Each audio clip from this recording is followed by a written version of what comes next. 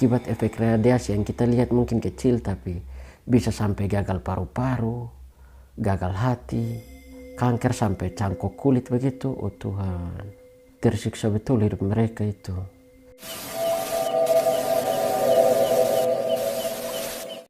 Halo teman-teman semua, terima kasih telah mengklik video ini. Gimana kabar kalian semua? Saya berharap semua dalam keadaan baik dan sehat ya. Terima kasih buat teman-teman semua yang sudah setia menonton dan menanti video-video terbaru dari saya. Terima kasih banyak. Dan selamat datang buat teman-teman semua yang baru bergabung di channel ini. Nama saya Joshua. Semoga kalian semua enjoy dalam menonton video-video dari saya. Jadi baik teman-teman semua, pada video kali ini saya akan membahas tentang sebuah kisah atau tragedi kecelakaan nuklir yang terjadi di Jepang pada tahun 1999. Dalam tragedi ini juga terdapat beberapa korban, dan salah satu korban yang kita akan bahas pada tragedi ini yaitu korban yang bernama Hisashi Ouchi. Dan bagaimana kisah awal tragedi Hisashi Ouchi dan teman-temannya ini, serta apa yang terjadi pada kehidupan mereka setelah terkena radiasi kecelakaan nuklir ini, saya akan membahasnya dalam video ini. Jadi stop senyum-senyum, stop ketawa-ketawa, langsung saja kita mulai dengan pembahasannya. Hisashi Ouchi disebut sebagai contoh manusia yang dipaksa hidup tersiksa demi suatu penelitian. Sampai dia sendiri bilang kalau dia tidak sanggup hidup lagi dan tidak bisa menanggung kesakitan yang dia alami. Tubuh Hisashi Ouchi ini terpapar radiasi tingkat yang sangat tinggi, jauh melebihi batas yang bisa diterima tubuh manusia akibat kecelakaan nuklir di tempat kerjanya. Tragedi yang dialami oleh Hisashi Ouchi ini dikenal sebagai kecelakaan nuklir Tokaimura tahun 1999 di Jepang. Namun yang bikin Hisashi Ouchi ini hidup menderita selama hidupnya, yaitu pemerintah Jepang pada saat itu terus mengupayakan supaya Ouchi tetap hidup. Bahkan ketika jantung dari Ouchi ini tidak berdetak lagi, tim dokter dan peneliti terus mengupayakannya untuk menghidupkannya lagi. Hanya demi penelitian bisa begini. Mereka kemudian meneliti Hisashi Ouchi ini sebagai manusia korban ledakan radiasi dalam jumlah yang sangat besar.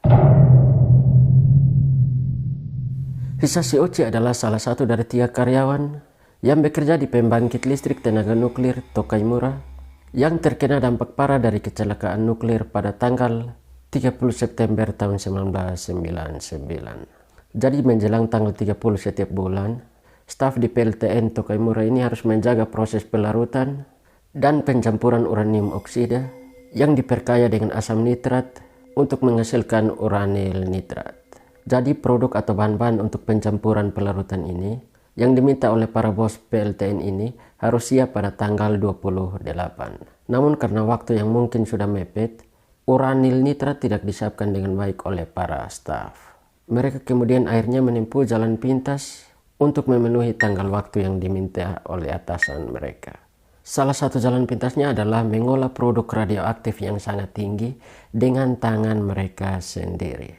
Produk radioaktif tersebut kemudian diubah menjadi bahan bakar nuklir. Ada 3 staf yang menangani operasi itu, yakni Hisashi Ouchi, Masato Shinohara, dan Yutaka Yokogawa. Mereka semua ini kurang berpengalaman dan tidak ada persiapan yang baik, sehingga akhirnya mereka membuat kesalahan. Selama proses pencampuran ini, senyawa tertentu harus ditambahkan ke dalam campuran, tetapi karena waktu yang mungkin sudah mepet, mereka kemudian menambahkan 7 kali dari jumlah yang disarankan. Ini namanya kejar waktu, tapi cari mati. Akibatnya reaksi berantai yang tidak terkendali timbul dari larutan yang dicampurkan. Setelah pencampuran larutan itu, alarm radiasi gamma pun berbunyi, dan Hisashi Ouchi ini bersama kedua rekannya langsung sadar bahwa mereka telah melakukan kesalahan, tetapi tak bisa berbuat apa-apa untuk menyelamatkan diri karena reaksi dari bahan kimia yang telah dicampurkan ini sangat besar. Kemudian akibat dari kecelakaan nuklir ini, kesalahan mereka juga sih, membuat ketiganya terkena radiasi tingkat mematikan, jauh melebihi ambang batas manusia. Hisashi Ouchi sendiri menerima radiasi 17 sievert atau SV karena dia yang paling dekat dengan reaksi. Shinohara terkena 10 SV dan Yokogawa mendapat 3 SV karena berada di meja beberapa meter dari tingkat reaksi. Jadi radiasi di atas 10 SV ini sangat mematikan, dan itu benar adanya dan benar-benar terjadi seperti yang dialami oleh Hisashi Ouchi ini. Oh Tuhan, Mau hidup juga mungkin tidak bertahan lama itu.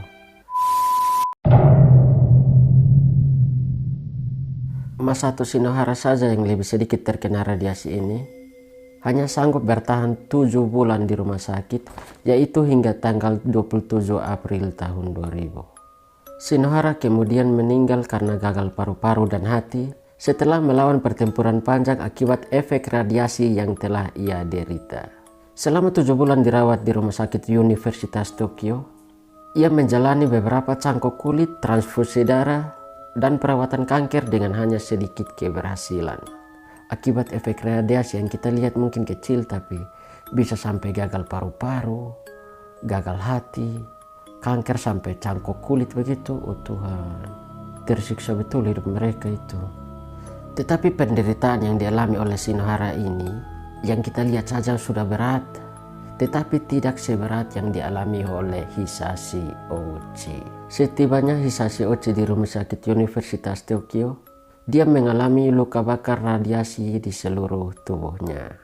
Jumlah sel darah putih Hisashi Ouchi ini mendekati angka 0. Padahal sel darah putih ini dibutuhkan untuk menambah imun tubuh.